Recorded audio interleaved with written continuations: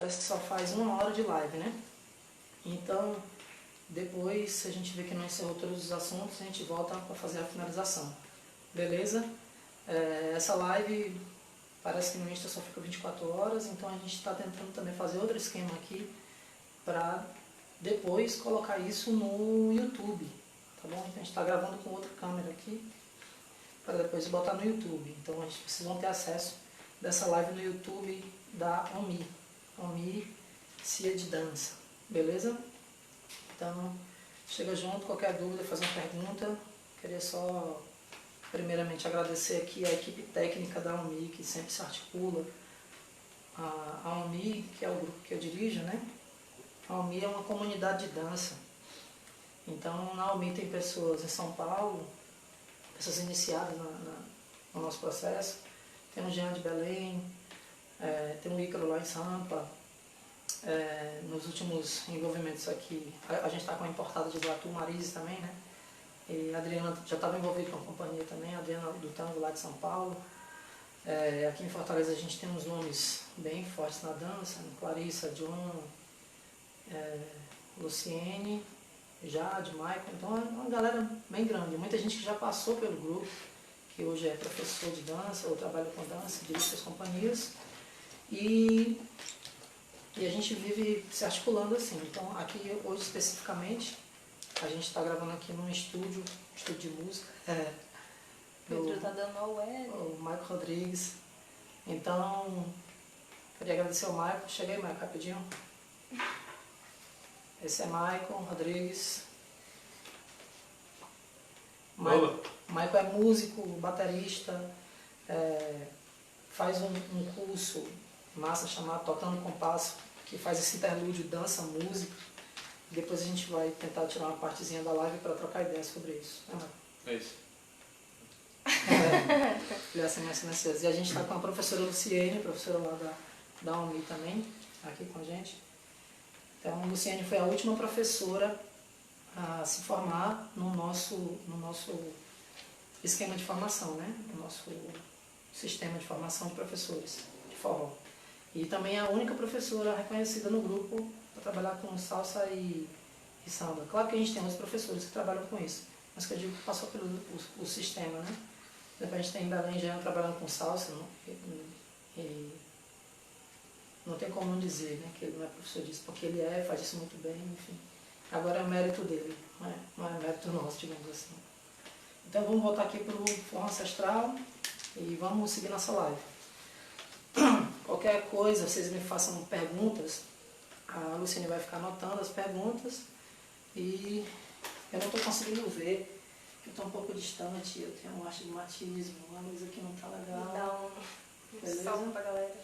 Então, primeiramente, eu queria pedir licença aos meus ancestrais, licença aos nossos ancestrais, licença aos meus mestres que me deram condição de estar aqui hoje, licença aos donos da casa.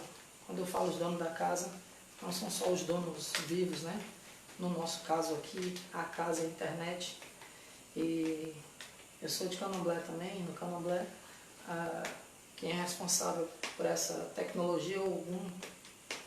Então, licença, meu pai é Ogum, Agô, licença Exu, que é o dono do movimento. Então, vamos lá.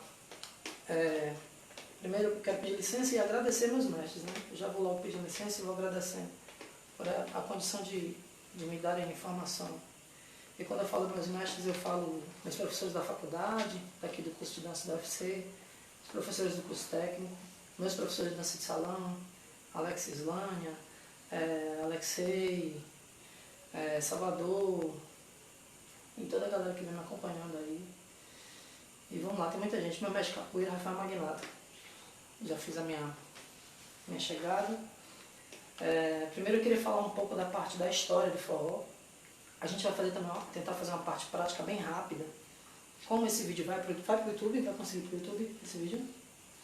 Como esse vídeo vai para o YouTube, depois a gente pode chegar... O Jari, Totô. Axé. A gente vai conseguir depois deixar essas informações aí, quem é mais da parte da dança, vai conseguir fazer a parte da dança, e quem é da parte da história vai conseguir pegar essa parte aí também. Em 2016, a gente lançou um espetáculo chamado Ibirapema, o forró que eu faltei. Vou começar por aí, tá? E esse espetáculo, ele não começou assim do nada. Um dia, a OMI existe desde 2008, a gente tinha montado alguns trabalhos já. A gente montou o Fidelidade da Dor, e depois a gente montou Mais Profundo é a Pele. E aí estava trabalhando num esquema lá para montar um trabalho. A gente montou também o Projeto Maré. E aí eu sempre tive um sonho e cheguei lá para a galera e falei, vamos trabalhar com forró. A gente já estudava forró há um tempo, né? Esse forró que a gente hoje chama, de uns anos para cá, começou a chamar de forró ancestral. E depois eu explico por quê. E aí a gente entrou de fato na cabeça, assim, mais ainda dessa pesquisa para saber o que era esse forró ancestral para a gente, primeiro. É tanto que a gente demorou muito tempo para construir esse espetáculo. Em 2016 a gente entrou no projeto do Porteira Acima das Artes, do laboratório, e aí no dia 23 de dezembro, 23 de novembro, 13 de dezembro. 13 de dezembro, desculpa. No dia 13 de dezembro, que é o dia do nascimento do mestre Luiz Gonzaga, né, que é o dia de Santa Luzia, a gente lançou esse espetáculo lá pelo projeto do Laboratório do Porto, com a tutoria do Helder Vasconcelos. O Eldinho, um abraço, Helder, estava lá na África agora há pouco tempo, para o Festival do Patrimônio da Humanidade, né?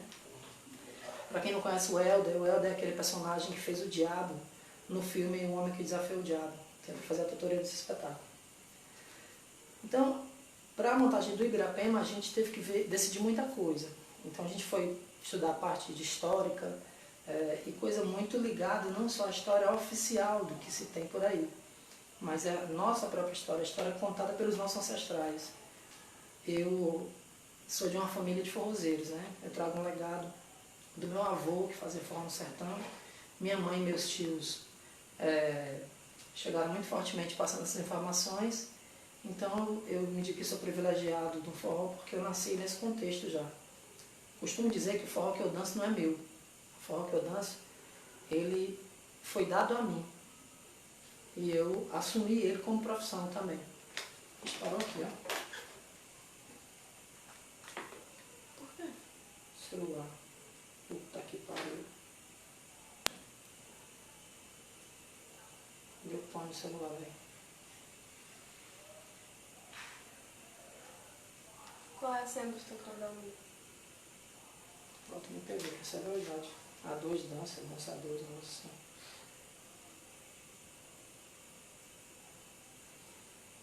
Parou também.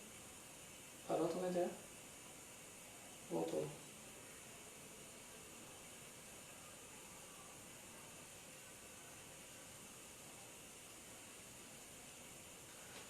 Diz que o vídeo está pausado. O ao vivo está pausado.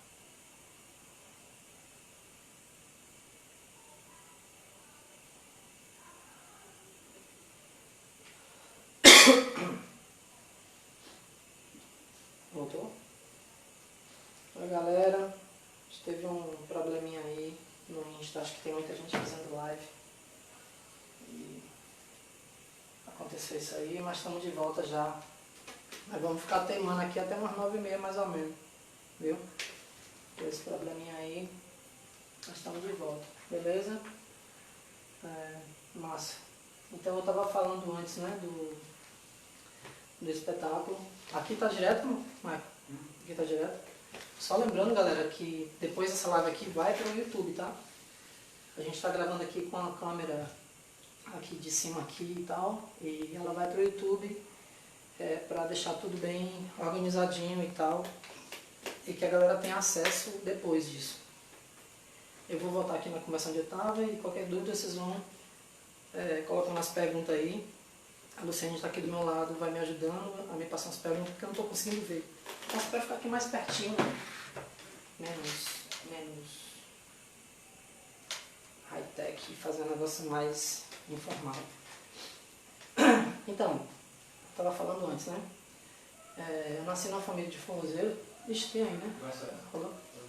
Nasci numa família de forrozeiros, então meu avô Zeca Eufrásio e a dona Maria do Espírito Santo, que vieram do sertão, e se alojaram ali num lugar chamado Cachoeira, entre Pirassuba e Itapajé, entra assim para dentro assim, é mais perto de Irauçuba, 4 quilômetros de Irauçuba, acho que 4, 5, 14 quilômetros de Itapajé.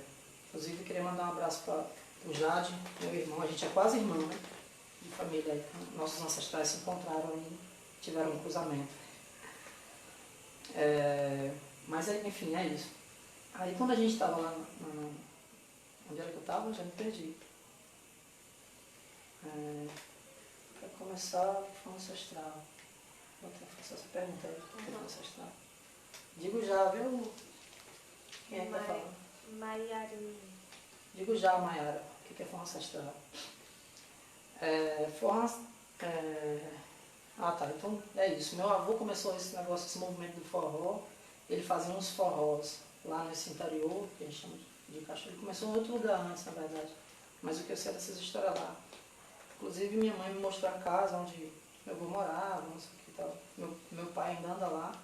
Meu pai se encontra com minha mãe lá no interior. Manda abraço pra mim. Angélica Rumba. Não vou mandar um abraço para a Angélica. Então, aí lá no sertão é pé da serra mesmo lá, assim, porque o contexto lá é o seguinte, Cachoeiras é uma espécie de um vale, você sai do Itapajé na estrada e depois entra na esquerda lá num lugar chamado Campina, nas Campinas, e vai entrando o sertão adentro.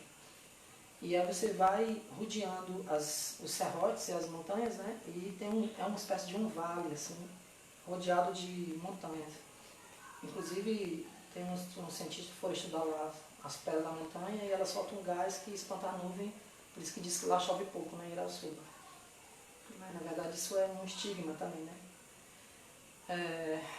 E aí esse é o contexto. Então, esse seria a cultura do que a gente conhece como forró pé de serra, que é a galera que vive do que a terra dá.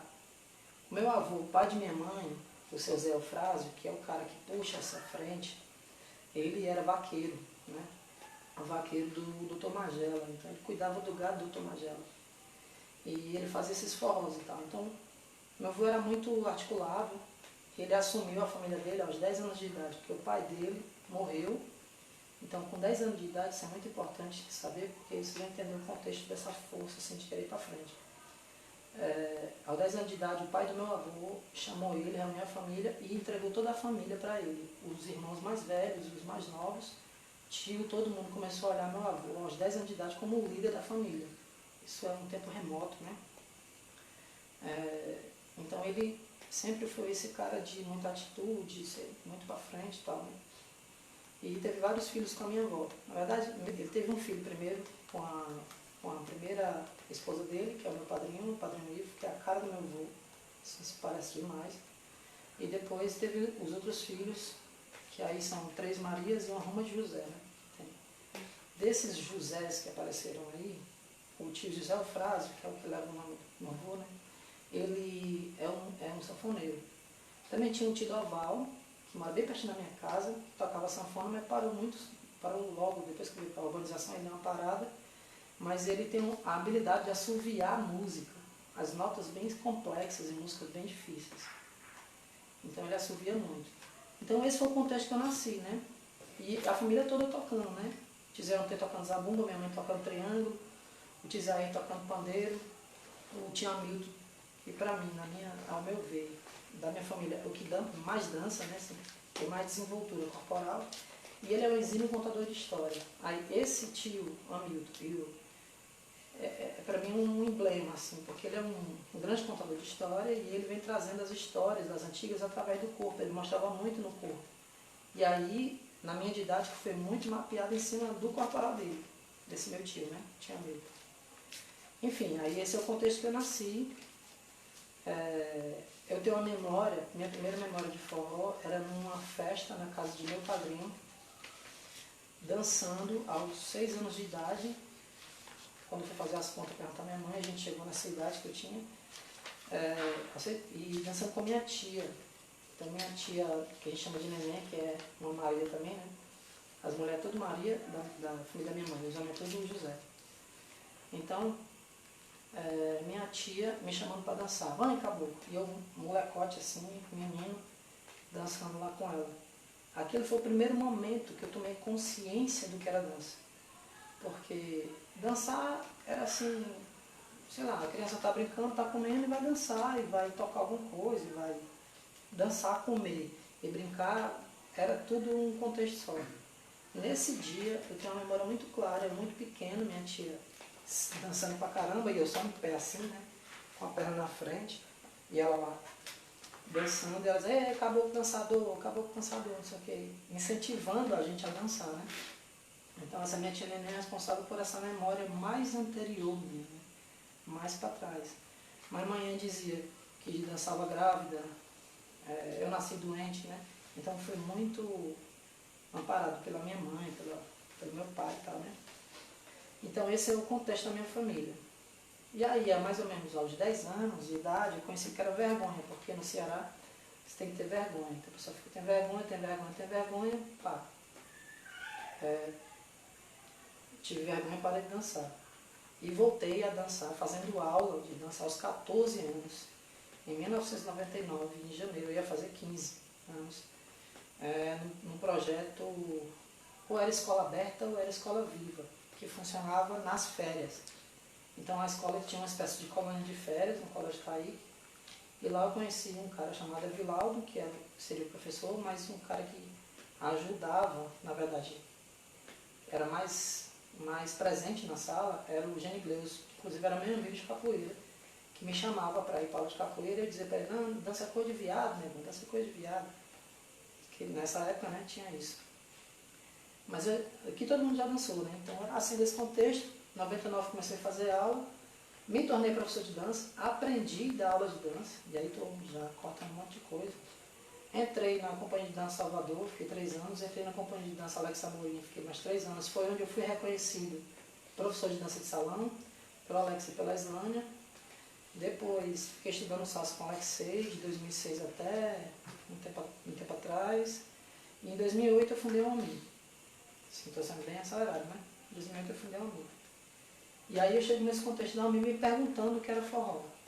Quando eu saí da escola do Alex, eu tomei uma decisão de só dançar forró, disso que eu acreditava muito para trás, né?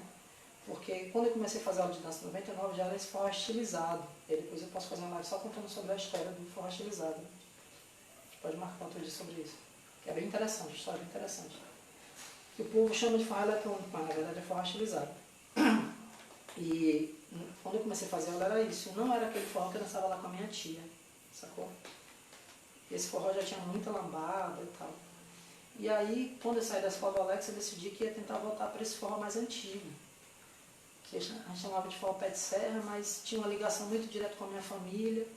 E esses conceitos afro-indígenas que eu estava tendo contato através do meu mestre capoeira, o mestre Rafael, que é um cara muito da cultura negra, né? Capoeira, ele era de capoeira, nós somos de Caperangola, né? Somos angoleiros. E aí, isso, de hoje eu escrevi aqui, forró fieira, exatamente. Tinha forró fieira, só para deixar claro, era um forró que tinha passo de samba de gafieira, que não é a mesma coisa do forró do Santa Cruz, que é o forró de gafieira, é outra coisa, tá?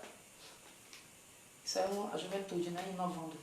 Aqui no Ceará inventou isso. Tem um contexto mais delicado aí por trás. Você também conhece forró estilizado? Pronto, forró estilizado, Angélica, que tem muita passo de lambada.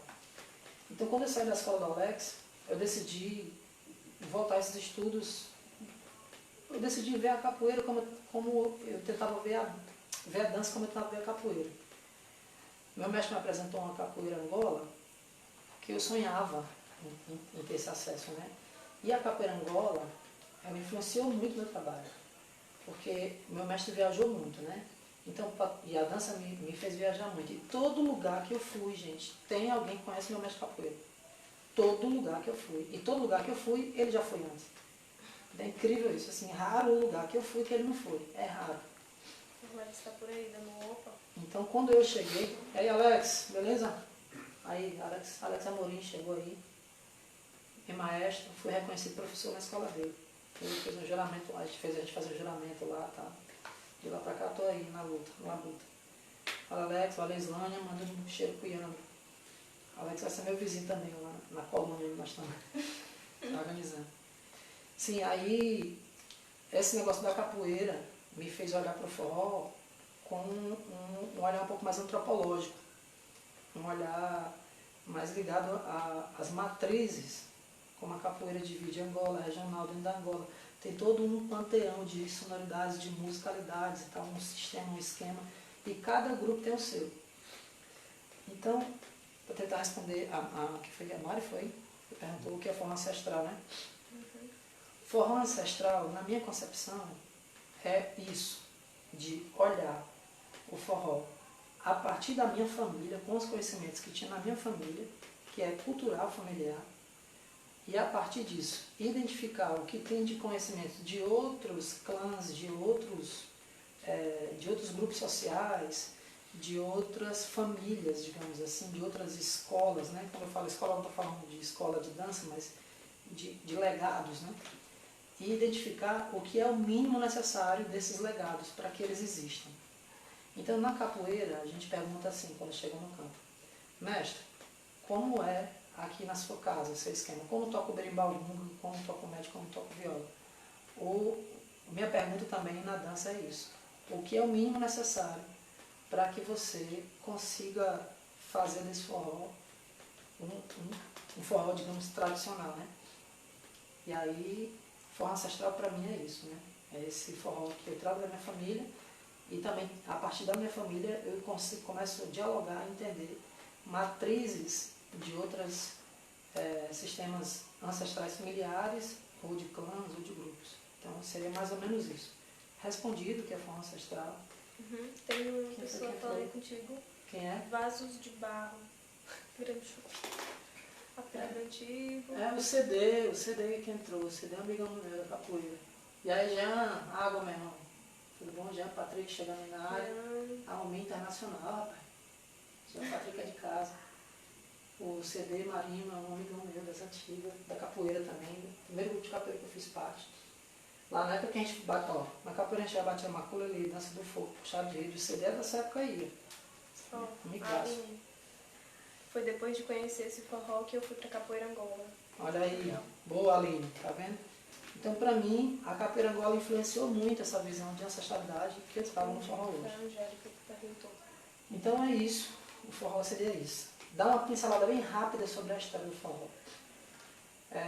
Vamos imaginar um Brasil colônia, onde os povos ancestrais, os povos nativos, viviam aqui, né?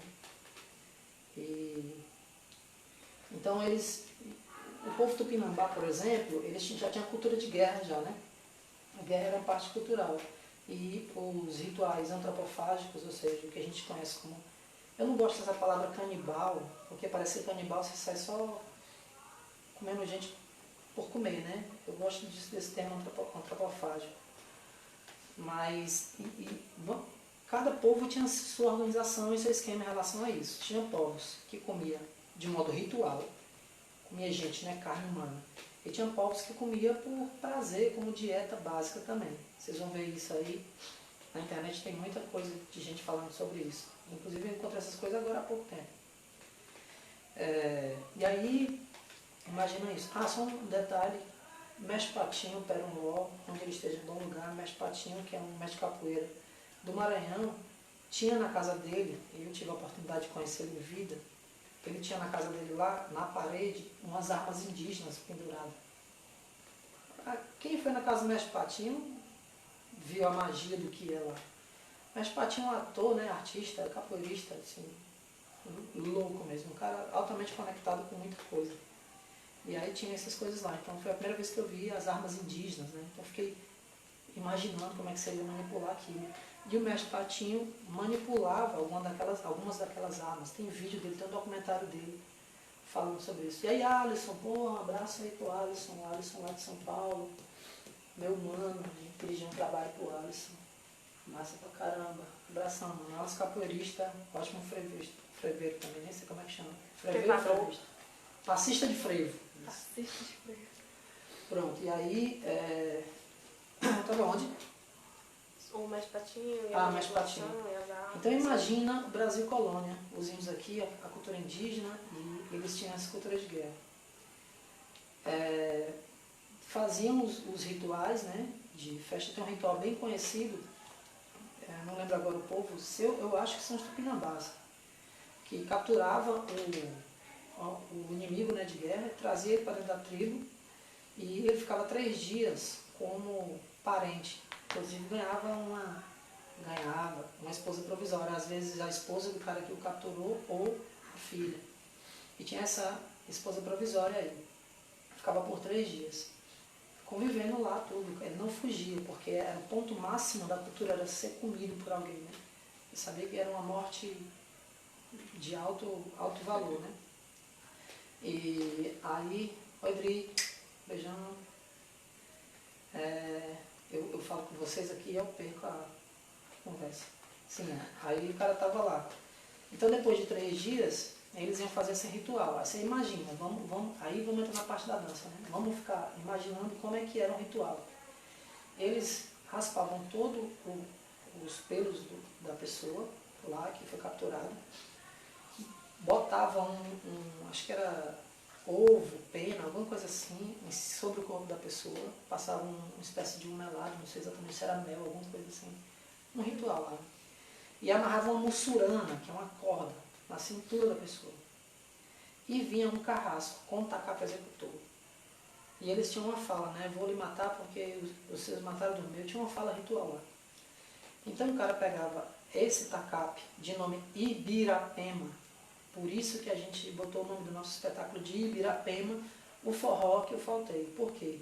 Ibirapema é onde tudo começa, no meu entender, tá? Onde tudo começa. E o forró que eu faltei, esse sobrenome, é porque a gente não sabe muita coisa sobre forró e fica inventando. Então você falta o forró e tem que inventar coisa, né? Então seria para isso. Então a Ibirapema, o cara fica em Ibirapema, e eles faziam uma dança, entravam num transe muito louco lá e tal. E aí, imagina, tomava o cauí, né? O cauí que é a bebida lá que eles faziam de raízes e tal. Imagina como seria essa dança lá, para matar o outro. Imagina você vai fazer uma dança ritual para matar e comer carne do outro. Será que seria uma dança assim? Vamos lá, todo mundo, legal, pá, pá, tá. Não era, né, gente? Essas danças só de entretenimento, que é importante, tem sua importância, mas eu fiz a escolha na vida de me distanciar disso, principalmente para tentar contemplar minimamente a memória do nosso povo. Essas danças não iam caber, era uma dança de força, né? Uma dança de rito, bater o pé no chão, pá. E aí tem relatos sobre isso de portugueses que foram chegar e presenciaram isso. Inclusive, alguns portugueses foram comidos desse jeito, né? E aí o que acontece? Os caras, tinha um momento que o cara vinha com a Ibirapema e tacava uma paulada na cabeça desse inimigo capturado, os miolos dele estouravam. Então, a partir dali, eles faziam o banquete ritual. Ia comer o cara, você não vou entrar em detalhe porque tem gente falando disso muito melhor que eu e eu falo tudo muito genericamente, né? Então, vamos imaginar como é que era a dança, né, nessa época. Isso é uma dança muito louca, de bater o pé no chão, de entrar num estado de transe muito forte. Imagina, você começa semelhante, não era uma brincadeira isso. Eles não, vamos comer ali, vamos subir ali no morro tal e comer uma mão. Não era assim. Era todo um processo ritual muito sério. E nós, inclusive, embranquecidos, né?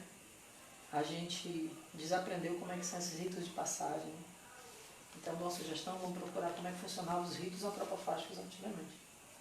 Aí, esses mesmos índios, que a gente chama de índio, ao longo do tempo, não foi assim de uma vez, foi com o processo de sedução, enganação, tarará, eles começaram a ser escravizados por esses estrangeiros brancos que, junto nos barcos, além de trazer o gado e trazer a língua portuguesa, né, e outras coisas, trouxeram muitas doenças que dizimaram povos inteiros, essas doenças.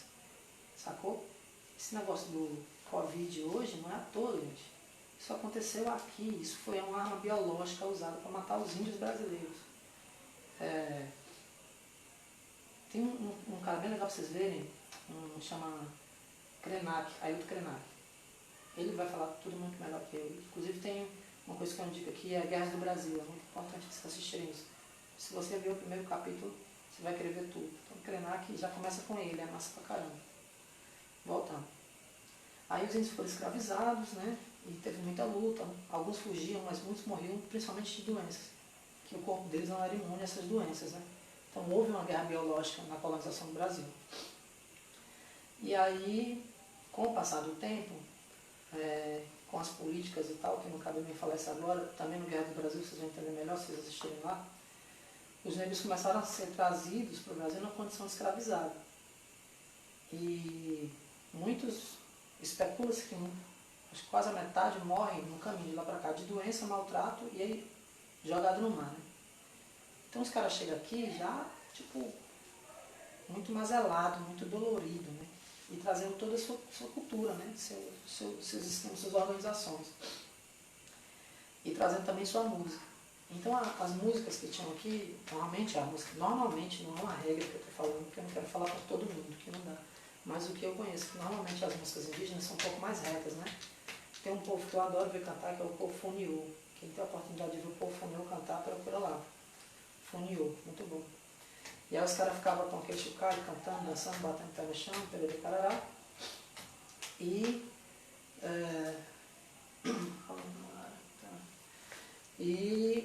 quando os negros chegam, isso já existe aqui. Então, eles trazem o que a gente reconhece hoje como uma música sincopada, né? Essa música que a gente chama de guerra sincopada. Guerras do Brasil na Netflix, exatamente. E essa música sincopada, ela acaba se fundindo. Claro que não é assim, chegamos aqui os africanos, os indígenas, legal, não foi assim, né? Foi por uma aproximação de ter um inimigo em comum, que era o escravista, o cara escravizado. Então, se você ver a história dos Palmares, nos Palmares tinha muitos negros, mas também tinha mestiço branco e também tinha índio. Isso que a gente conhece como índio hoje, né? Porque os índios não sempre identificam como índio. Para eles, um é da etnia Camaiorá, outro é da etnia Capó, outro é da etnia, né? E eu acho maravilhoso isso, porque eles não ficam só pegando o nome genérico, né? Ou então eles falam, aquele que se assume índio, sou um índio tal, né? Sou um índio Anassé, sou um índio Tapeba, sou um índio Tremembé. Eles logo já colocam, porque isso é muito, a pluralidade é muito clara, né? Nesse aspecto. Então, aí vamos lá, voltando. Quando a música africana chega aqui na lida com o coco, isso começa a ganhar características próprias, e esses cantos de improviso, canto de comunidade, né? E algumas pessoas começam a se destacar. E aí surgem essas coisas que a gente conhece como samba, coco, e tudo muito se fortalecendo através da espiritualidade, né? Com o povo de terreiro, a galera de candomblé, que é um pouco mais antiga, né? Do que a Umbanda aqui no Brasil e tal. Então muita gente se aporta nisso. Parece um pouco com a história da capoeira também, nesse aspecto. Claro, cada um com suas diferenças, né? Mas tem essa resistência aí. Então isso é a história antiga, né? Aí disso surge esse negócio que a gente reconhece como coco. Coco tem essa palma, são 3 palmas, não ritmo binário, que a gente na capoeira chama de palma de terreiro. Tem a palma de terreiro e a palma de bimba. A palma de bimba seria o que equivale para nós como shot. E a palma de terreiro é do coco baiano chachado. Essa palma de terreiro está no tambor de crioula, está no samba, está em vários lugares, certo? Da cultura popular brasileira. Seu Luiz nasce num contexto, ele nasce em 1912. Então, o pai dele já tocava, ou seja, não era. E ele nasce num contexto ali do Cariri. Cariri quem não conhece Cariri precisa ir lá ver no momento cultural. Cariri eu diria que é um coração pulsante do planeta, assim, sabe? Um lugar misterioso. Cariri junta Pernambuco e Ceará, mas é o Cariri. Nem é Pernambuco, nem é Ceará. É Pernambuco e Ceará, mas é o Cariri, sabe? Então, ele nasce lá nesse contexto, num lugar muito emblemático chamado Exu, não foi à toa. Exu é o dono do movimento. E lá pelo lado ali também de Vaz Alegre, não sei o que, tem um lugar chamado Ori. Ori é a cabeça, certo? Vocês vão ver que os negros também subiram pro lado de lá, né? E tem o povo cariri, que são índios, né? A cultura do pife, as bandas cabaçais, tudo de lá. E ele nasce nesse contexto. E aí ele pega essa cultura toda do sachá, do coco e tal, não sei o quê. Que nem se eles chamavam de coco na época. E aí traz um negócio chamado baião, mas em cima dessas células que já existiam lá, certo? E aí, e traz o que a gente conhece hoje como chachado, e divulga, ele não só traz, ele divulga. Ele elabora um sistema mais, como é que pode dizer, mais ocidentalzinho, fechadinho. Não, uma maneira comercial. Seria a maneira comercial da época, né, digamos assim, né? Que hoje para nós é ancestralidade, né? E aí ele sai divulgando isso pelo Brasil. Ele não era um menino bobo, não. Ele foi para as Forças Armadas, se não me engano, para o Exército. E era músico de lá, ou seja, fazia notação musical, enfim. Então o seu Luiz não era bobo, né? E aí depois ele se torna também maçom, e os maçons se aportam muito e ele sai divulgando isso, esse forró, olhando para o forró como uma irmandade, como uma família e como uma possibilidade de crescimento coletivo. E aí espalha a sanfona, porque o rei precisa de súdito, né? Então também não foi bobo, da sanfona foi para ele ser rei de alguém também. E espalhou isso. Então, daí vem isso que a gente reconhece como baião. Beleza? Aí fica. O coco, como esse primeiro, os rituais antropofágicos, como o primeiro ancestral do coco. O coco como o primeiro ancestral do baião e o baião traz o chachado. Olha só. Aí eu vou mostrar a parte da didática agora, a parte da dança, que eu chamo de antropologia inventiva. E aí depois a gente volta para as outras coisas que tem que falar. Tem muita coisa para falar aqui hoje. Eu só fiz a primeira aqui, mas tem umas 20 aqui para baixo. Galera, só uma pergunta assim. Tá rolando para vocês, eu estou muito acelerado. Não tenho muita habilidade com internet, assim, com essas coisas e tal. Qual a mensagem do dia? Então vai me dando feedback aí se está legal, se não está, se está acelerado. Se tiver dúvida, joga aí que a Luciene está aqui do lado. O que foi, Luciene? O Jean, a Cássia Amarela é uma música abordando sobre um pouco da maçonaria. Pronto. O Jean Patrick, lá de Belém, está dizendo aqui que a Cássia Amarela, que essa música que eu mostrei para ele, é uma música que aborda um pouco da maçonaria. Quem é maçom, ouve essa música que você vai entender a mensagem que o Luiz Gonzaga queria dizer. Eu não entendo nada, quando eu escuto ela, eu só escuto a música de forró. Por isso que cada povo desenvolve essa linguagem.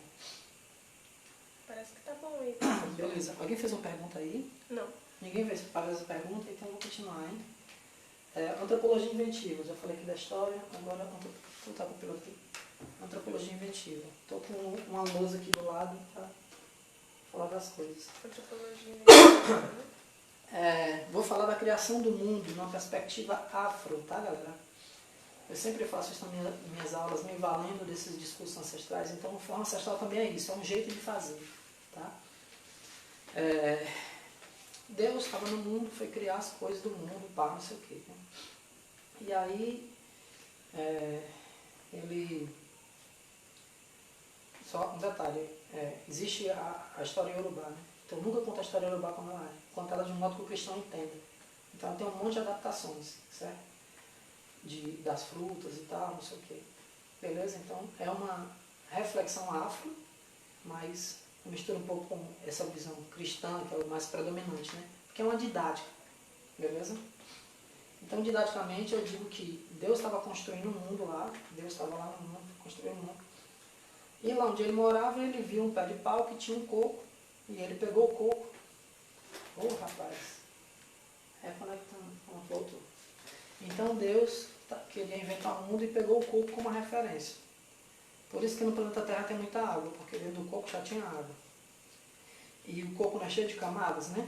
Tem o que a gente aqui no Ceará chama de cascas, que é aquela parte verde e tal, toda fibrosa. Tem a quenga, que é aquela parte dura. Dentro da quenga tem a polpa, que é a parte branca, e tem a água do coco.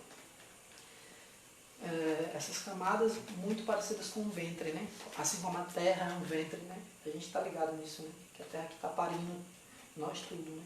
E a gente está acabando o ventre, né? Cada plásticozinho que a gente compra e joga no lixo. A gente não está jogando no lixo não, a gente só não está vendo, mas o plásticozinho está por aí. Enfim, mas voltando para a história. Então Deus estava lá criando o mundo, viu o coco e fez o plano da terra com as camadas do coco. Então ele começou a fazer o mundo no primeiro dia. Olha a didática. Cata aí, quem é professor fica ligado. No primeiro dia. Então, eu vou logo dizer porque normalmente eu faço perguntas, né? Qual foi o dia que começou a criação do mundo? Aí todo mundo fala segunda, sábado, domingo, não sei o quê. Eu digo que foi no primeiro, porque não existia semana, o mundo não girava ainda, porque ele não existia, então não tinha o dia da semana. O nome do dia da semana veio depois. O que acontece é Deus está criando o mundo. Aí está lá criando o mundo, pá. Primeiro dia ele começa a criar o mundo. Aí bota lá o mundo. Só que o mundo estava lá, né, sendo criado agora. Deus não é besta, ele não ia lá e não ia pisar para frente, em cima do mundo. Ele pisar para onde? Primeira pisada para o lado. Por que para o lado? Porque é o território dele, lá no céu. Então ele cria o mundo aqui, no primeiro dia bota lá e pisa para o lado. No segundo, ele chega e no terceiro ele pisa lá para confirmar de novo. Guarda essa informação. Beleza? Então o mundo começou a girar. Deus deu uma pisada. Primeiro dia. Segunda pisada, ele juntou. Terceira pisada, no lugar. Quarto dia, ele volta. Quinto dia, ele junta de novo. E sexto dia, ele pisa no lugar. Aí tem o sétimo dia, que é o domingo. Beleza? Aí ele descansou. Então falta essa pisada. Todo mundo fala, é 2 para um lado, 2 para o outro. É 3 pisadas para um lado, 3 pisadas para o outro. Porque se fosse só 2 não ia dar. Certo? Então vamos lá, 2 para um lado, 2 para o outro é um jeito didático também, mas também que a gente pode esclarecer isso. E aí, como a referência de Deus foi o coco, a primeira pisada foi no coco. Eu vou tomar a palma de terreiro como referência. Isso, Laís, é antropologia inventiva. É um pouco de história, um pouco de mitologia e um pouco de invenção criativa. Certo? Antropologia inventiva é uma matéria que eu estou trazendo aí, que meu tio já é formado, né? O tio Hamilton, contador de história da família. Então tem essa palma. Pá, pá, pá, pá, pá. Quando essa primeira é mais forte, eu não estou contando música nos parâmetros ocidentais, tá? Eu estou contando música num parâmetro afro-referenciado. Beleza? Então, ó, pá, pá, pá, pá, pá, pá, pá. Quando a ênfase é nessa primeira, ela é no coco. Quando a ênfase é na segunda, check, baião. Quando ela é na terceira, é chachado. Vou mostrar nos alunos como funciona.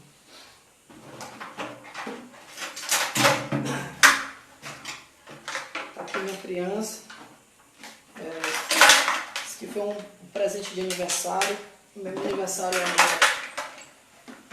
agora 9 de abril. Alguns anos atrás eu ganhei isso de uma aluna. Também é a mesma forma da lombada. Uma aluna maravilhosa. Como é? Palma de terreiro também é da lombada. Palma de Jorge terreiro. está dizendo, também é a mesma palma da lombada. Jorge, vamos entender uma coisa. A lambada se vale disso, tá? Então não é a mesma da lambada. A palma de terreiro é a mesma do samba, que é a mesma da lambada. Estou tirando uma. A mesma da lambada, a mesma do tambor de crioula, é a mesma do baião, a mesma do coco, a mesma do chachado. A palma, a ênfase é que muda. Eu já te expliquei isso na tua casa, seu baita, está esquecendo. Então vamos lá. A palma de terreiro nos alunos fica assim, ó. Eu vou me afastar um pouquinho porque eu acho que vai ficar muito pesado. Confere se o som tá legal aí, galera. Por favor. Dá um sinal se o som tá legal.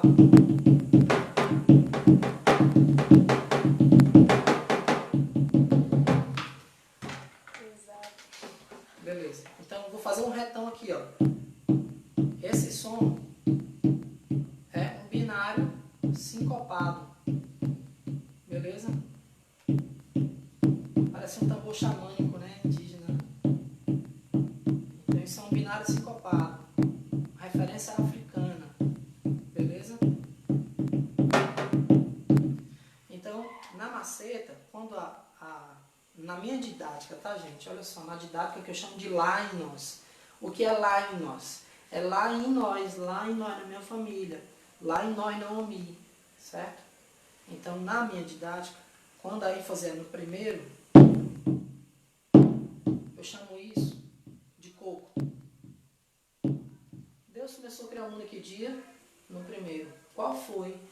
inspiração que ele teve para criar a terra, o coco.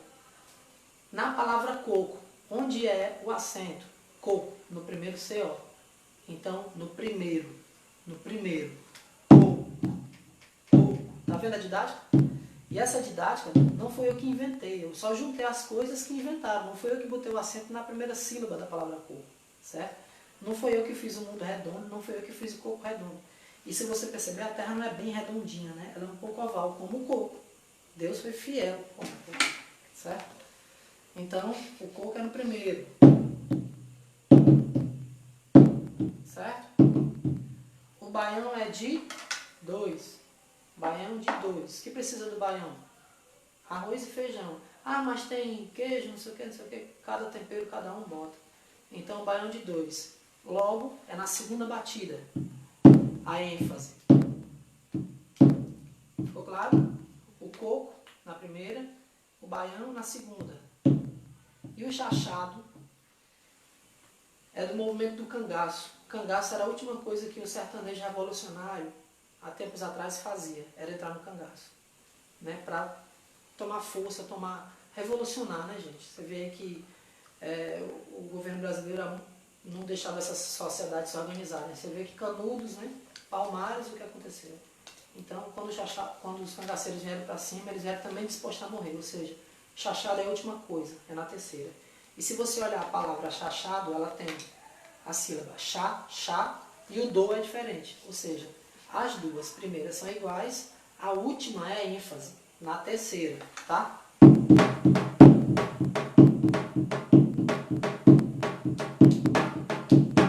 Então, essa é a didática da Linus, do método que eu desenvolvo. Eu sempre trago essas referências. Viajei muito, assim, cobrando, né, para encontrar isso, tá? Então, uma coisa que eu queria que a gente fosse um pouco honesto é sobre as referências.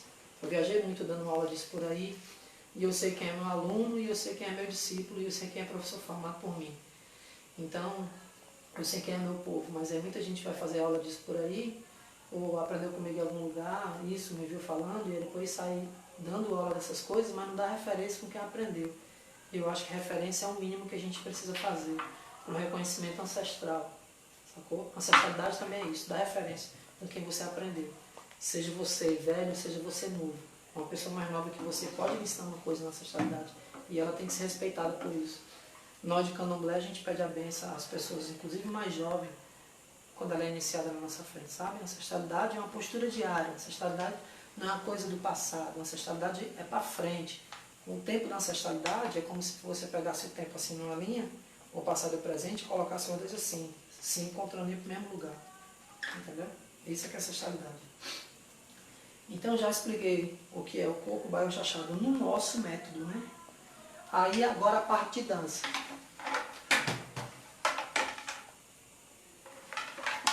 Meu filho. A parte de dança. Aqui reto, né? Palma de terreiro. Então, coco. Eu pulo no 1. Porque o coco tá para onde? Tá em cima do coqueiro. Deus, quando fez a terra, ele botou o coqueiro e botou o coco bem alto em cima do coqueiro. Para quando a gente olhasse para o coco, lembrasse de Deus. E para quando Deus procurasse o coco, lembrasse de nós, lá embaixo. O coco é a nossa ligação ancestral com o Orum, que é o céu. E quando a gente volta para a Mãe Terra, né, Nanã, o barro, a gente se reconhece como ser humano. Então tem isso. O coco, na primeira pisada, que lembra que eu falei na criação do mundo, a primeira não é para o lado? Por isso, tá? Como a valsa, a primeira é para o lado, a segunda abre atrás. Então o passo do baião é o passo da valsa. Aí eu chamo isso de baião cocado, tá? A primeira forte, por cima, como coco, como coqueiro, por cima. O baião é mais dolente, o baião é para juntar gente. O baião fala de saudade. Então o baião na segunda, ó, a ênfase não é mais por cima, a ênfase agora é por baixo. Tá? E na segunda, tá, tá, tá, tá. E E o chachado eu vou pedir para a Luciane fazer, porque eu não consigo tocar e dançar não. Só o chachado. Ah, vou mostrar aqui como é que funciona o chachado, tá?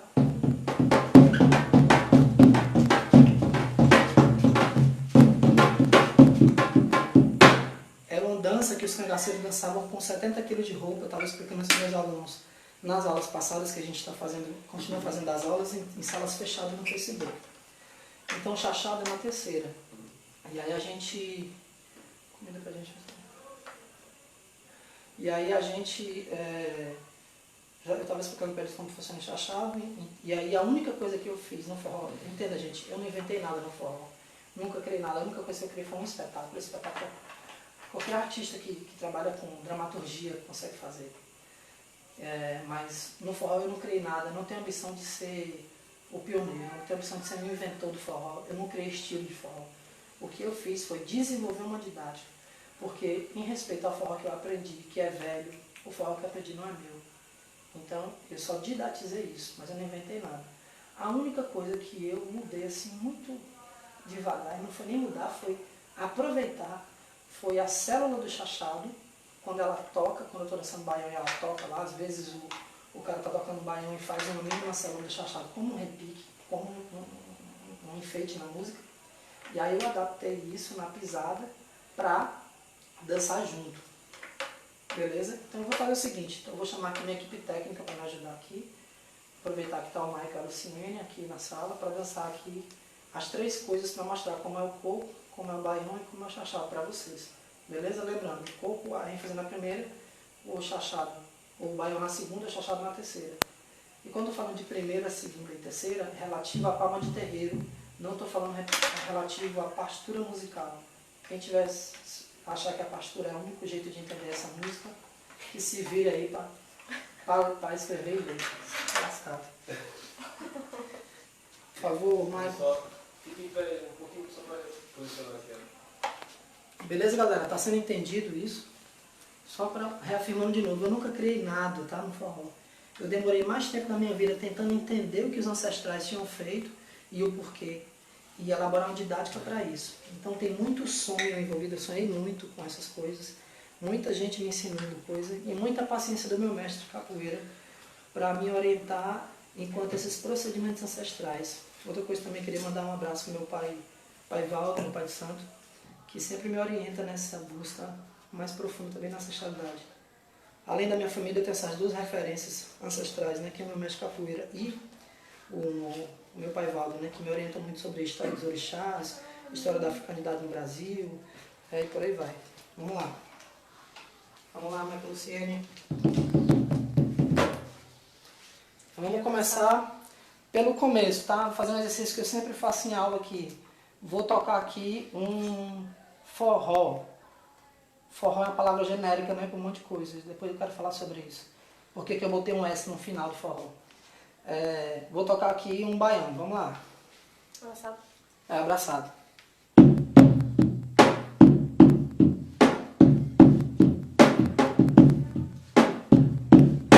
Vou tocar agora um coco.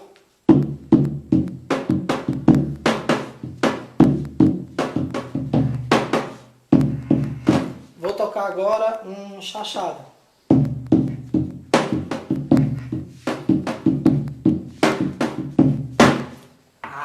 Peguei uma pressa em vocês.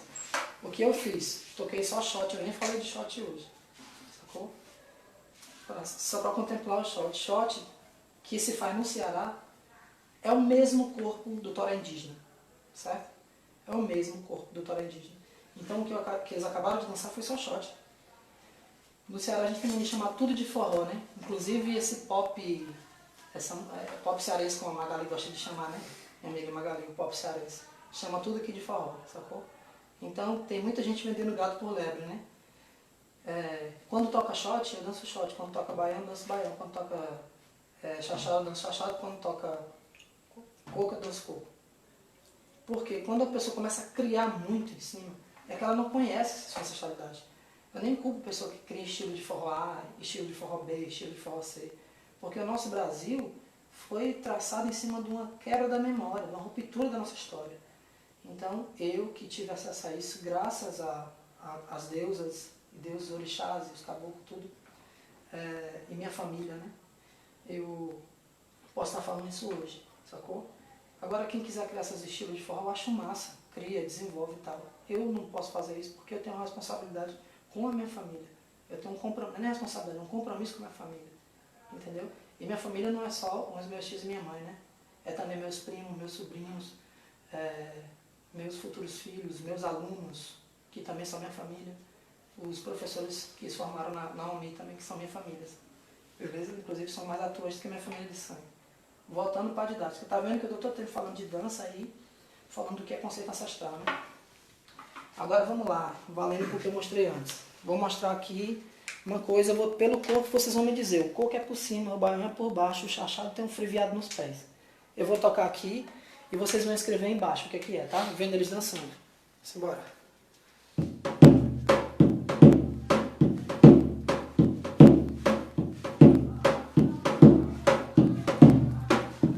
O que é isso aí, galera?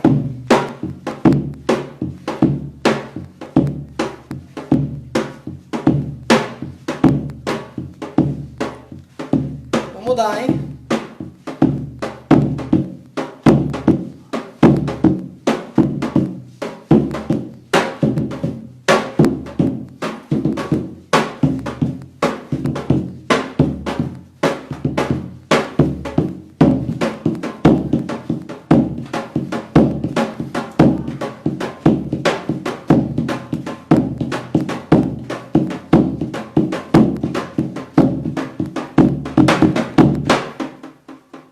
Beleza, vamos lá de novo. A primeira coisa que eu fiz foi mostrei como foi o baião, depois eu passei pro coco e depois eu passei pro chachado. Ou seja, eu comecei pelo 2, fui pro 1, depois pro 3. Agora eu vou fazer na ordem, né? Didaticamente mostrando aí. Simbora.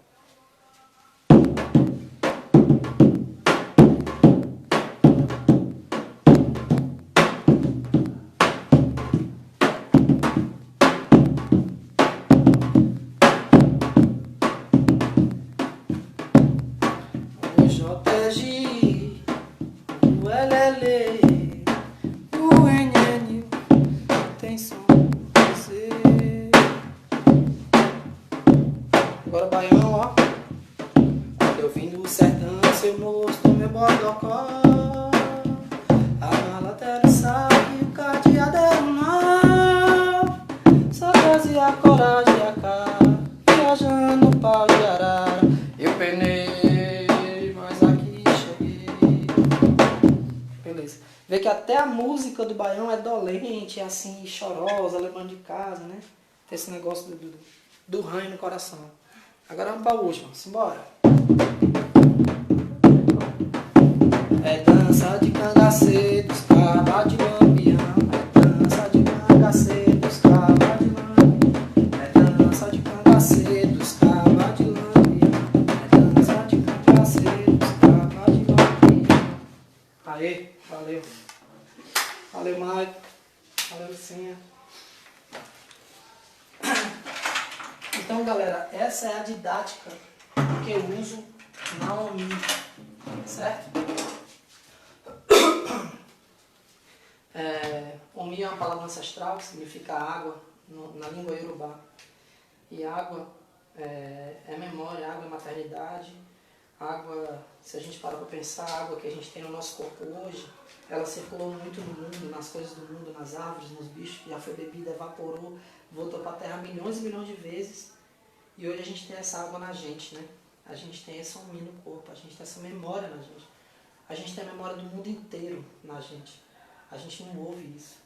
A gente está conectado com o mundo inteiro, em todos os tempos, do passado e do futuro.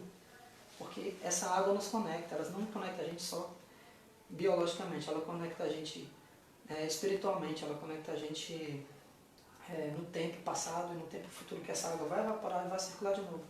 Se liga então, OMI, eu escolhi esse nome para o meu grupo, porque é uma coisa muito profunda em relação ao tempo, né? Nos conecta com o tempo e traz essa imagem da ancestralidade. Então eu falei antropologia inventiva. A diferença do shot para as outras três é que o shot ele é como se fosse o toré, né? Bate o pé no chão, pode ser um pé só, o corpo, a batida é reta, né? Tum, dum, dum, tá, tá, tum, dum, dum, dum, tá, tá. E pode ser um pé só. tum, tum, como um toré. O corpo é do toré todinho. Quem viu toré sabe dançar shot. Toré é o torém, né? Toré é a dança dos índios nativos daqui do Ceará, né? Que, por sinal, é um negócio maravilhoso, assim. Quem não conhece precisa conhecer. Tem um evento massa do Sesc chamado Povos do Mar. Vale a pena conhecer, galera. Que é no Sesc Iracema aqui. Ou Sesc Iracema não, meu Deus. No Sesc Iparana, desculpa. Normalmente entre agosto e setembro. Vale muito a pena. Não sei se esse ano vai ter por causa disso. Como é o nome do outro? Tem outro também, né? Que é colado nele. Herança Nativa. Piloto. Herança Nativa. Galera, no meu trabalho, o zabumba é a referência básica, tá? Então, o dia que a gente tem que pisar no som da zabumba. Tem que ter uma referência. É coisa básica, básica, básica, básica. Beleza? Se você ouve o zabumba, você vai ver o que está acontecendo. Agora, às vezes o zabumbeiro vai dar uma pirada. O que é que se faz? Tem que pirar junto. Então tem que ter repertório. O que vai dar esse frevião nos pés da gente é a cultura popular.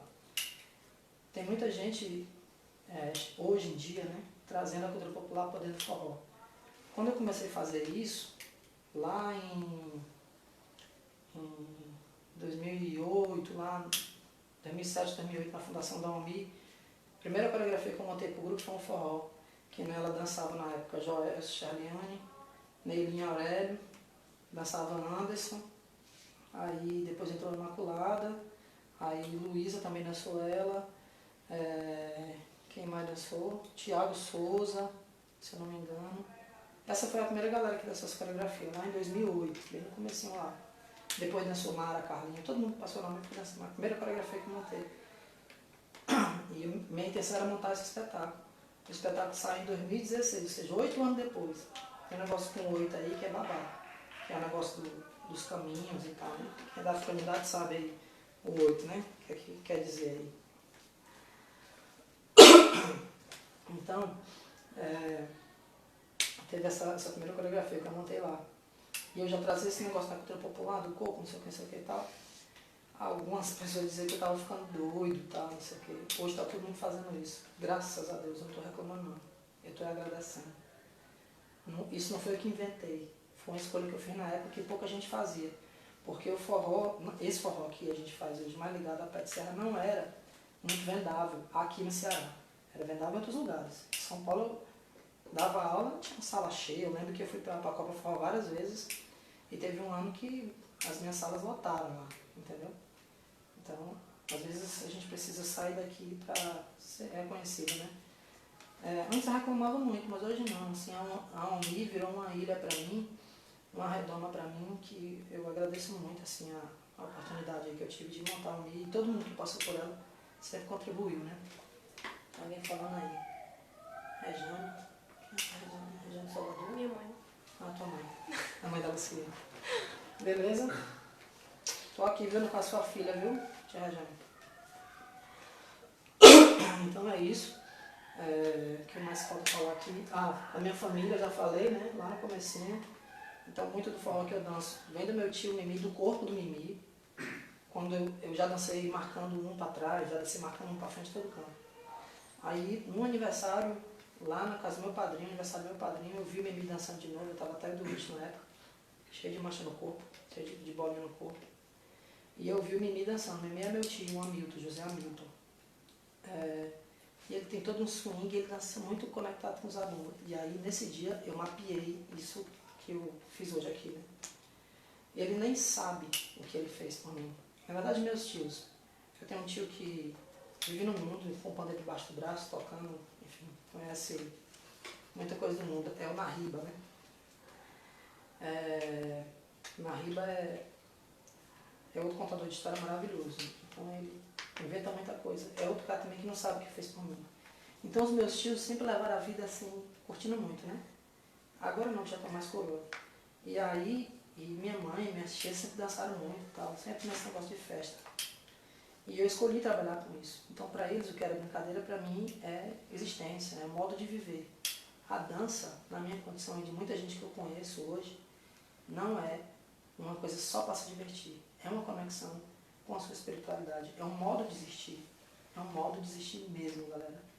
Então, inclusive, Tem altos relatos, depois eu posso falar sobre as coisas da minha família, né? O tempo está acabando. Vou fazer uma fala rápida sobre forró de gafieira. Tá acabando aí, é? Apareceu? Não, é porque eu acho que tá. Ah, que ele avisa quando acaba. Pronto. Forró de gafieira é uma dança do Ceará, né? De Fortaleza especificamente. O Santa Cruz é um lugar emblemático. Santa Cruz ali no centro, na rua São Paulo, perto do cemitério São João Batista. É um lugar emblemático lá. Que os caras dançam há muito tempo. É um clube lá de um time de futebol. E tem uns coros que dançam lá. Então, vou contemplar digamos, a minha linhagem, né? Com quem eu tive contato direto. Na minha rua tinha um finado Seu Catanã, que ele dançava muito. Que tinha uma família lá, da Dona Bebé e do Seu João. Que tinha o Irajã, e como é o nome da irmã dele, meu Deus, que dançava muito fora da feira também. Então, Alto do Bode, uns anos atrás, foi um lugar de boemia, que é onde eu moro, né? E lá já tinha galera de forró de gafieira. Mas, em termos de aula e didática, o meu forró de gafieira, que é bem pouquinho, bem ralinho, vem de um professor de dança daqui do Ceará, um casal de dança, mais especificamente do Paulinho e da Érica, né? Que eles mapearam um esquema e deram aulas inclusive na escola do Alex, deram as pessoas lá. O Paulinho vivia dizendo que queria muito que eu, e na época Clarissa, que era muito envolvida com a parte da direção da UMI, né? O Paulinho falava, a menina escreveu uma coisa aí. Anota a nossa pergunta aí, viu? O Paulinho dizia que ele queria que a gente desse aula de forró de gafieira, então ele passou muita coisa pra gente. Inclusive foi o casal oficineiro do Ibirapema, foi o Paulinho e a Érica. E o Paulinho aprendeu com o Doda, que é irmão dele, sapateiro e tal. O Doda agora tá sem dançar, tá com o problema nas pernas. Nem tá todo mundo sem dançar, né? E o Doda ensinou o Paulinho, o Doda aprendeu isso criança. Então o Paulinho, acho que deve ter uns 2 anos mais velho que eu só. O Doda é mais velho que o Paulinho. E se ele aprender isso criança, gente, isso não sei quantos anos tem, mas isso é muito velho. Segundo o Cláudio, que foi o cara que arrendou por um tempão, o Santa Cruz, ele disse que tem gente que escrevendo dissertações sobre o Santa Cruz, então falando sobre o forró de gafieira. Forró de gafieira, vocês precisam ver. Eu não vou nem falar aqui, porque tem gente falando disso melhor que eu, tá? Então, é uma dança que não modificou muito, ainda está muito parecido como ela começou lá, e ela está resistindo, porque só os coroas dançavam. Então, a geração nova, que tem de 35 anos, 40 anos para baixo, está começando a apresentar isso agora. Talvez aprendeu com um primo, com um tio, com um irmão e tal. Mas isso, nem tinha aula disso aqui, né? Pelo menos nas escolas de dança onde eu andei, tinha não. Então o Paulinho foi um dos caras militantes que insistiu em dar aula disso. Uma galera até achava isso estranho na época. Hoje em dia ele é referência na nossa cidade. Massa, Paulinho. Paulinho, eu viajando um bocado. Tem mais gente referência, mas eu tô falando da história que eu conheço, tá? A Ju, quem falou agora foi a Juliana Capibaribe, que é uma informação. Tremembé marca 2 no seu torém, diferente do toré que marca 1, como Pitaguari e Itapeba. Sacou? Marca 2 fala 2 pra cá, né? Assim. Ah, negada, vai acabar a live. Tem meio minuto aqui. Eu vou voltar já já, tá? Tu Na quer live de novo. encerrar Vou esse deixar por aí. aí e reabrir? Beleza? Vai encerrar aqui e reabrir lá? Não, e reabrir aí mesmo. Vou abrir aqui. Beleza. Beleza? Eu volto já, viu? Tá? Vou encerrar aqui a live. Vamos lembrar. Massa, Ju. Valeu pela informação. Valeu, galera. Tô voltando aqui, hein? Encerrar, Compartilhar. Poxa, a gente podia ter feito um print de quantas pessoas tinham, né? Fazendo assim. Tinha 2 pessoas? Tinha. 114 passou. Oi, galera. Voltei. Vamos chegando aí de novo. Então, vou continuar aqui as informações, né? Só pra gente finalizar. Eu já falei muito aqui sobre o que é forró ancestral, sobre o que é esse negócio da gente e tal. Então, vou começar a encaminhar para os finais agora, tá? Começar a dirigir para os finalmente. É muito importante que a gente tenha contato com algum povo indígena do Ceará, nós cearenses. Estou falando isso, né, por uma política de querer dizer que... querer dizer nada. Na verdade, eu fui para o Povos do Mar uma vez e eu estava vendo o cacique e o pajé de lá, eu não lembro o nome deles agora, desculpa, esses números. Tremembé já não fala, lá no Povos do Mar. E ele usou um termo que eu achei genial. Ele disse assim, vocês desaldeados, ou seja, no discurso dele, para ele, todo mundo é índio, né? Mas a gente não tem aldeia. Que a aldeia, o território, para os povos ancestrais, é um lugar de importância, porque diz quem é você. O lugar também diz muito sobre você, sobre quem são esses encontros, né? Então eu achei isso maravilhoso, né? Ele usar esse termo, vocês desaldeados, ou seja, na cabeça dele a gente é índio e não tem aldeia. E isso é uma tecnologia ancestral, eu falo muito sobre isso. Os nossos ancestrais nos ensinaram muitas coisas que a gente não só negou, como a gente anda negando. Né? Eles nos ensinaram a conviver junto, conviver em grupo. Um exemplo disso hoje, se você está trancado em casa em quarentena, tá ligado que vai ter que aprender a conviver com a sua família e aprender com os mais novos. Às vezes as hierarquias familiares cortam os mais novos, né? Aprender com os mais novos também, né? E os mais novos entenderem o que os mais velhos passam e passaram, né? Buscar isso na profundidade. Os nossos ancestrais nos ensinaram isso. É importante a gente aprender isso agora. Conviver em casa com essa galera, sacou? Isso é importantíssimo. Vou me encaminhar aqui para as coisas finais, tá? É só voltar a reiterar aqui que no meu caso, não só no meu caso, mas muitas pessoas com as qual convivo, a dança não é mero entretenimento. A dança, pelo contrário, é um modo de existir, é uma ancestralidade diária, é um jeito de viver mesmo. Então esse negócio de, não sei o que vamos aqui matar o tempo, não tem negócio de matar o tempo não. É avivar o tempo com a dança. A dança é matéria viva para nós, sabe? E é importantíssimo a gente entender isso. Porque a gente acha que dança é só, sei lá, um negócio para queimar calorias, sabe? Não, vou aqui ouvir uma músicazinha nada. Quem faz música no profundo, existe música. E a pessoa existe musicalmente. A pessoa se torna a própria música, sabe? É importante a gente entender isso. Para depois a gente ficar tratando a dança só como queima de caloria, ou, sei lá, passar a vida toda sendo um artista frustrado, podendo ter sido um artista muito bom, contribuir com a humanidade com o que você faz de um modo sensível, e aí projeta isso no filho, ou depois traumatiza o filho também, não quer que o filho seja, sabe? Isso é horrível, gente. Aqui, particularmente, eu estou com duas pessoas, o Mike e a Luciene, que em algum momento da vida eles decidiram ser artistas e levar a vida assim, com arte, no profundo. Né? Então, não estão fazendo dança só ou música só para queimar o tempo, sabe? A dança tem muita coisa. A dança, inclusive, é o que não liga com a nossa sociedade, né? Inclusive isso, a dança que a gente faz. A dança é uma tecnologia que junta a gente. Assim como a comida, assim como a música. Eu digo muito pra galera, se a música tem alguma função, a função da música foi juntar a gente. Se a dança tem alguma função, foi conectar essas pessoas no profundo, sabe? A comida é a mesma coisa. Então, na verdade, da nutrição, é importante também pensar isso. Tem muitas pessoas da nutrição revendo esses conceitos, né? Principalmente agora, né? Aí eu queria falar do nosso processo de formação de professores, agora, assim, bem rápido. Como funciona na capoeira. Meu mestre de capoeira, meu mestre Rafael, benção mestre. Meu mestre diz que na capoeira primeiro você se torna, depois você é reconhecido. Então, eu não faço diferente.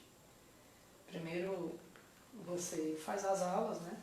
As aulas até o momento que você começa a ajudar o seu professor na aula, a ter mais interação com isso e a também fazer assim, um percurso seu, particular, né? Um interesse seu. Também não adianta sair para a aula, tem o seu interesse, a gente percebe isso. E depois um dia, de surpresa, eu vou lá e reconheço a pessoa publicamente, professor, normalmente em algum baile ou em algum evento da UNI. A primeira pessoa que eu reconheci, professor, no nosso método, no nosso esquema, foi o Edson Nobre, parceiro da Zayane, né? Aí eu reconheci ele como professor. Acho que tem uns 2 anos já, Luciana? Tem mais. Por aí, né? Foi o primeiro. O Edson fez aula lá no Alex, então ele foi meu irmão de formação lá no Alex, e depois veio para a UNI. Ele ficou um tempo com a gente na UNI estudando, fez muita aula comigo na minha casa, É um cara muito inquieto também. Depois do Edson, vem o pessoal mais da casa mesmo, que aprendeu dança de salão, não a mim, né? Que eu digo assim, vem da casa mesmo. Clarissa é uma bailarina mais antiga que eu, na dança, né? Dança desde os 3 anos de idade. Ela é bem nova, né? Mas acho que ela vai fazer 30, 29, nem me lembro. Mas ela começou muito cedo, então ela é mais velha que eu de dança, né? Nos estudos de dança. Então, e John, que eu conheci John lá no Projeto Alabá, e John também era discípulo do Tony Lima, né? Um bailarino fenomenal, um grande professor que fez colégio de dança e tal. Então não são qualquer pessoa, né? Pessoas que têm um forte histórico na dança, né? Então John e Clarissa vêm para unir. John e Clarissa ficaram comigo acho que 8, 9 anos, por aí. A UMI surgiu em 2008, em 2009 eles chegam na UMI como bailarinos, 2009, 2010, não lembro. Chegam na UMI como bailarinos. E aí vão dançando os projetos da gente. E na última semana da Dança 2, não, eu reconheci eles antes, né? Acho que 2 anos atrás. Foram o terceiro e o quarto professor, né? Segunda professora Clarissa e terceiro o John Moraes. Então eles vieram na sequência, sendo reconhecidos publicamente como professores de forró, tá? Depois eu explico como funciona isso. Ele foi no baile também. Isso, foram no baile os dois juntos, né? Uhum. No baile. Foi bem bonito e tal. E depois a Vitória Andrade, que está no projeto maravilhoso, que chama Vira Mundo de música. Vitória Andrade foi a 4ª professora reconhecida. E por último, ano passado, a Luciane Feitosa, que está aqui com a gente. Então, dentro do meu método, eu formei 5 professores, certo? E aí vem a parte que eu digo, né? No meu método, quando eu formo um professor, ele tem o direito, a autorização de fazer o que ele quiser com o forró dali para frente. Inclusive de discordar de mim, de fazer coisas que não estão no método. Porque ele é um professor, logo ele tem um título, logo ele tem a responsabilidade também de cuidar do dele.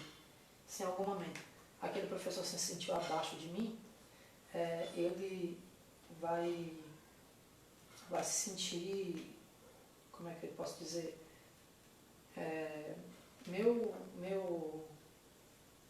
meu companheiro, meu igual, meu irmão, deixa de ser, vou usar esses termos para ficar didático, tá?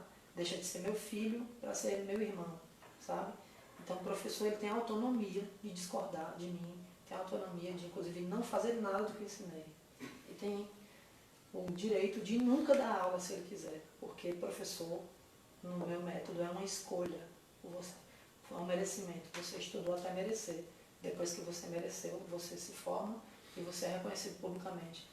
Mas se qualquer professor desses chega na minha casa de dança, que é a UMI, né, no meu ateliê, todos os alunos os respeitam como professor do nosso método. E dentro da minha casa, se ele for dar aula, tem que dar aula do nosso método, sabe? Porque é uma coisa muito séria e todos eles sabem disso. Por isso que é uma coisa lenta. Até agora eu só reconheci 5. Isso de forró. No meu método de trabalho, no meu esquema de trabalho lá na UMI, existe um método UMI, que é um método de conexão de dançadores.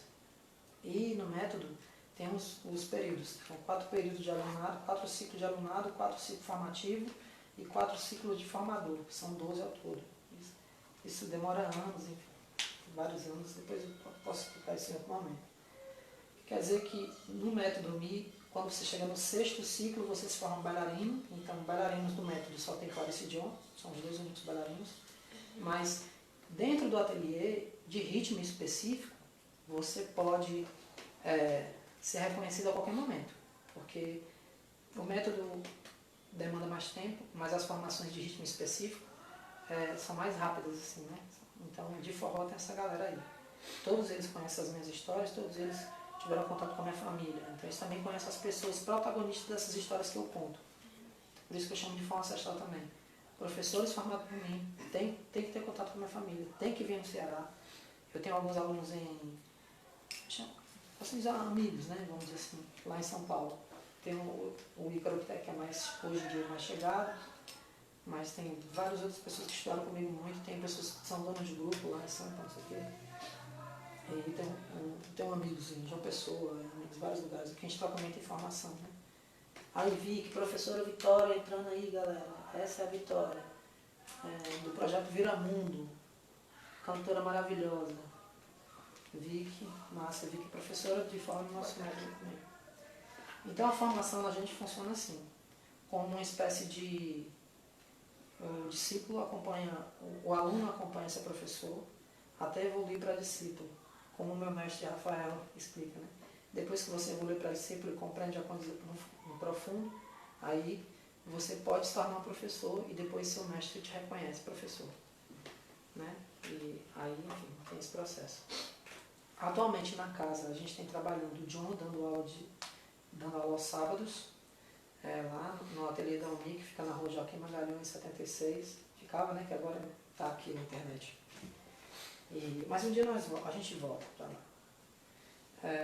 Então tem o John dando aula na casa e a Luciene dando aula comigo no dia a dia, todo dia. Está comigo, todo dia, assim, sabe? Eu digo que está comigo, não é porque os outros não estejam não, é porque ela está comigo mais em sala.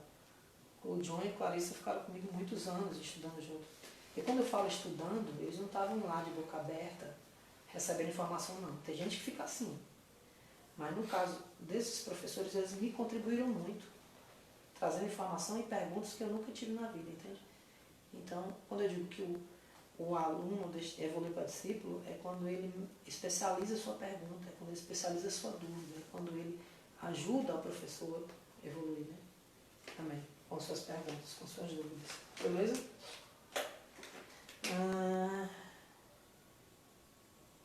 Aí tem outras duas últimas coisas que eu queria falar, assim, bem rápida. Primeiro já agradecer a todo mundo por estar aí, né, com a gente. Eu viajei um bocado aqui na história, na conversa, mas o mecanismo que a gente está podendo usar hoje é esse, de live. Eu falei aqui de ancestralidade, falei de topologia inventiva, a diferença entre shot, corpo, baiano, chachado. Falei da minha família, um pouco fora de gafieira, bem rápido. Tecnologia ancestral, dança como modo de existir, não só como entretenimento, formação de professores. E aí tem duas outras coisas que eu preciso fazer para encerrar. Tem um curso que o Michael Rodrigues traz para dentro do nosso trabalho, que chama Tocando Compasso.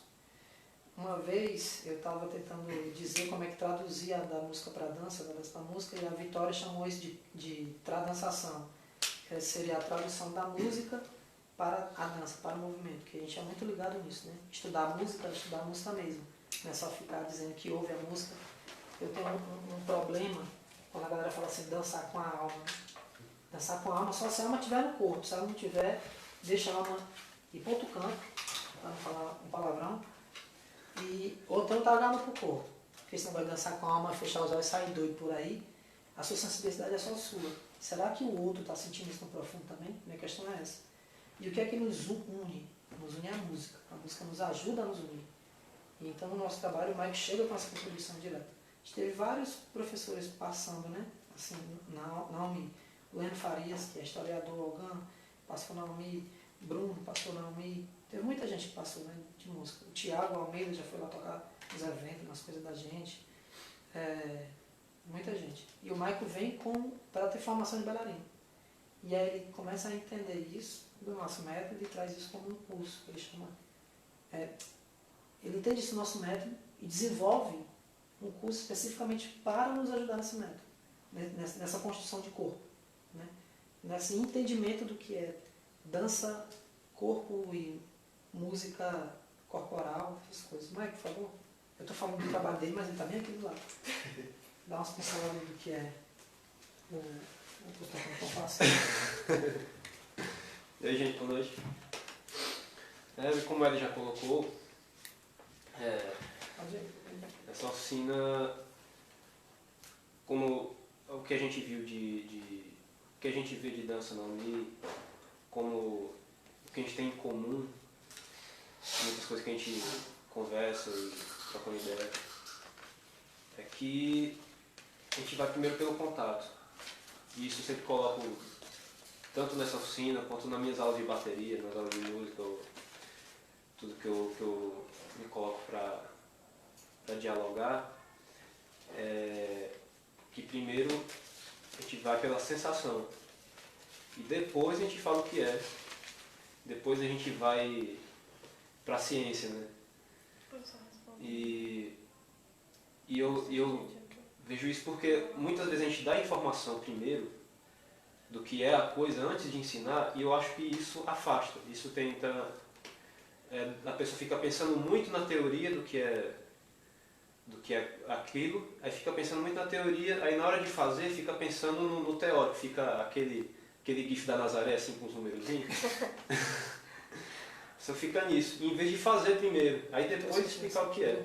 Aí o que eu proponho a fazer sempre nessa oficina, nas aulas, é ir primeiro pela sensação. Porque a gente primeiro aprende a falar e depois a gente aprende a escrever. É uma comparação que eu faço. E na oficina tocando compasso, que eu dei há um tempo, e no nosso dia a dia, quando a gente, nos ensaios, a gente coloca para estudar sobre música. Eu estou falando aqui, colocar estudo sobre música, mas a gente não separa. Não separa, a gente está estreitando esse lugar de música, lugar de dança, como é uma coisa. É apenas uma coisa que tem contato. Contato físico, de tato na dança, contato auditivo é contato também. E na oficina, eu vou primeiro pela sensação. Você ouve, se relaciona com aquele som, e eu vou jogando, vou fazendo aquele som e já colocando isso no corpo, para as pessoas se relacionarem. Aí depois, no final, depois de feito, é que eu digo o que é. Um exemplo que eu dou nessa oficina é, se eu pegar um triângulo e entregar para você e falar, você toca 4 semicocheias abrindo na terceira e num andamento de 150 BPM, aí a pessoa vai, o quê? Em vez de, toca isso aqui, a pessoa tocou já. Aí depois dizer o que é. Por isso que eu falo primeiro primeiro você sentir, ouvir, se relacionar, e depois a gente tomada da consciência. Tem a tomada da consciência. E eu fiz assim tocando compasso, fiz voltado para salsa também no Cubania, e já estou pensando para samba também, assim, direcionados para determinados ritmos, mas sempre assim, pela sensação. A tocando compassos, ela é do contexto geral, som e corpo, música e corpo. Já trata diretamente da relação música e corpo. E é isso. Massa. Vocês viram a sacada do Maicon, quando a gente está lá no método, com essa dificuldade, né, por exemplo, vou trazer isso pro forró, né, de entender como funciona um esquema de forró sonoro. Eu sempre estou falando para os alunos, vamos ouvir a música, às vezes a pessoa precisa de um contexto, ela precisa visualizar aquilo. Porque um cara que é da música, ele ouve e compreende, mas quem não é, né? Então a sacada dele, que eu acho mais genial, é trazer isso para o contexto da sensação. Acho que, inclusive, a sensação é um dos princípios de dança, né? Do nosso trabalho, né? É uma das 9 ondas, né? Que seria a quinta onda, né? E aí ele já traz esse princípio, né? O princípio da sensação, para que a gente consiga já ir no que importa, que é a percepção corporal do que se está ouvindo. E a música não está apartada. Todas as referências que eu dei aqui, afro-indígena e tal, tudo que eu dei, a galera já tocava e dançava, o cara que tocava, o cara que dança, se mistura, o cara que faz a comida. Então, na ancestralidade, o corpo é vivo para tocar e para dançar. Então, isso que ele está fazendo é uma retomada desse momento. Eu acho isso genial. Inclusive, é uma política maravilhosa, uma política de agregamento, política de somatória. Isso que a gente faz na dança, a gente encontrou um músico para trazer para a gente. Então, ele é híbrido, né? Agora, está fazendo uma formação de bailarino com esse lance de música. E nós da dança lá na UMI já estava nessa busca de música, né? Agora tem um músico dentro do grupo, a gente agradece muito. Acho que deixa eu ver aqui o que é o último papo. Pronto. Só tem algumas últimas coisas a dizer. Vem para cá assim, para a gente encerrar todo mundo junto. Primeiro eu queria agradecer especificamente aos nossos ancestrais, Baba Minha Molu, que me deu condição de poder hoje estar falando aqui para vocês de modo mais equilibrado. as pessoas que me acompanharam na minha história de dança. Comecei a fazer aula lá em 99, apesar de dançar a vida toda, né? Então agradeço demais a meus mestres, um abraço especial ao meu mestre capoeira, Rafael Magnata, que me ajuda muito nessa visão do que é cultura afro. Meu pai Valdo, né? Lá do Bom Jardim, lá do Good Garden. O Bom Jardim é igual Nárnia, é um lugar especial, assim, é uma cidade paralela, né? Maravilhoso, assim. Aquele lugar, apesar de todos os problemas, tá, gente? Então, meu pai, benção, beijo do Senhor. Meus irmãos, lá do Bom Jardim. Queria mandar também um abraço muito especial aos meus alunos que estão na resistência aí, galera. Isso é massa. Vamos continuar estudando e não ficar levando a dança só como entretenimento, certo? A dança não é só entretenimento. A dança é conexão, profundidade. A dança é reconexão com os nossos, beleza? Mandar um beijo para os meus professores de dança, Alex Islânia, Salvador, teve muito tempo aí, o pessoal do CTD do curso técnico, o pessoal que fez a política de dança na cidade, que eu participei, né? Tá muito forte, o pessoal da UFC lá do curso de dança, massa pra caramba, o pessoal da Unida Ateliê de Dança. E hoje, especificamente, eu queria deixar um abraço muito especial a algumas pessoas, que foram as pessoas que me aguentaram por muito tempo e fizeram ou fazem parte dessa formação da UNI. Todo mundo que passou na UNI, como grupo, que me ajudou a contribuir com o que eu acredito como dança hoje. Alunos que passaram por lá, bailarinos da companhia, e em especial as pessoas que se formaram nesse tema que a gente está trazendo hoje, que é o forró ancestral. É o Edson Nobre, Clarissa Costa, John Moraes, Vitória Andrade, Luciane Feitosa. E hoje a gente está nesse processo aí também com o Jade e o Maico, que estão nessa busca, né, também, da formação. Beleza? Um agradecimento especial a todo mundo. A gente vai depois disponibilizar esse material no YouTube. Queria mandar um abraço especial ao meu irmão lá da Paraíba, o Léo Aires. Meu Léo, tamo junto, meu irmão. Um abraço pra você. Dê um abraço ao Rodolfo, pessoal, quando você vê por aí. Meus amigos lá de Recife, a galera de Natal, Angélica, Djalma, Babi, Manuel, o pessoal de Sampa, Paz, Tamira, Ícaro, Adri, e galera. Ao Rogério Alves, músico. Aos dois Alisson Lima e o Alisson Amador. Um abração pra galera de Sampa. Pessoal de Brasília, que ia ter um evento agora em Brasília, que é, como é o nome do evento? Que eu esqueci agora. Ia ter um evento em Brasília agora, do pessoal lá de Pedro Sal. E aí, a gente teve que cancelar esse evento aí, então. Mas estamos aqui, né? Logo eu vou fazer outra live explicando sobre a progressão do forró estilizado, que era algo que ia dar lá, viu, Salão? Chega junto aí quando puder. O que mais? Galera, outra informação importante é que o evento de forró Diálogos Ancestrais na Praia, né? Como é, meu Deus? Vivência de forró Diálogos Ancestrais. Vivência de forró Diálogos Ancestrais na Praia, que ia ser agora em maio. A gente vai ter que cancelar, né? Claro, por conta desse negócio aí. Ninguém quer ficar coroado, não. E vamos jogar isso talvez para o ano que vem. A gente ainda não sabe como vai fazer. A casa, eu tinha visitado a casa lá, eu tinha até pago já. Mas vamos reorganizar isso. E é isso.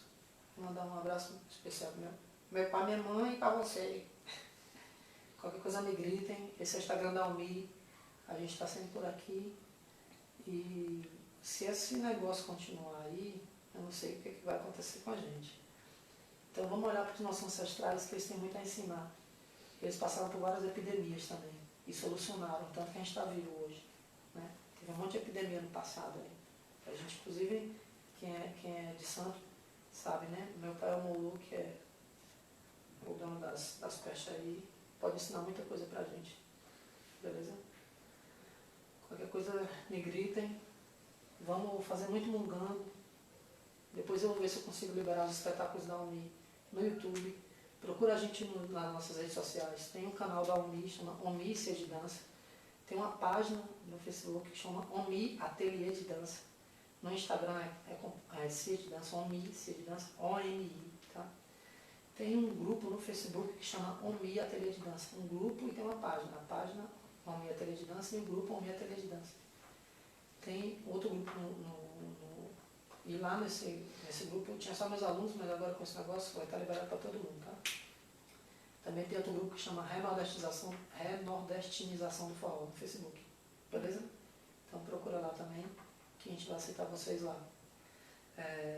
No YouTube tem muita coisa da gente. Procura lá no nosso canal, muita coisa da Omi, no método Omi, muita coisa da gente, muita coisa. Procura a gente lá. Instagram já falei, Facebook já falei. Uhum. Beleza. E as aulas estão rolando ainda, né? E as nossas aulas estão rolando ainda, né? Em salas fechadas do Facebook, tá? Quem tiver interesse, chama a gente para conversar aí. Pode mandar mensagem pelo Instagram que a gente responde. Massa. Espero que eu tenha falado alguma coisa que sirva para vocês. Eu falo demais, sou muito, como meu irmão Olga Leno fala, né? Muito prolixo, que fico conectando várias coisas ao mesmo tempo. A última coisa que eu queria falar aqui era isso. Era a conexão que o forró me fez, me ajuda a fazer com outros lugares, com outros seres e outros tempos. Certo? Então vamos ficar ligados. A vida não é só agora. Certo? A vida está rodando. E o tempo não é uma linha não, viu gente? O tempo é... Não sei nem que formato é o tempo. O tempo é no formato do tempo mesmo. Beleza? Obrigado, galera. Vamos junto. Vamos resistir a esse negócio com força. Vamos aprender o que é que esse negócio está tentando ensinar pra gente. Vamos aprender. E quando isso passar, vamos continuar no aprendizado. Não vamos estragar tudo não. Beleza? Vamos aprender a conviver com os nossos dentro da nossa casa. Os nossos ancestrais queriam dizer isso pra gente aprender a conviver. Beleza? Abração. Oi? Tchau, Lima.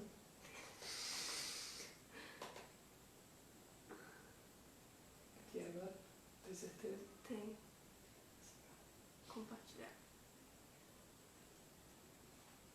Da outra tava 114. Ficou com o volume. Agora fala muito também. Fala demais, é. Puta que pariu. Quem não aprende. Tô falando desse tanto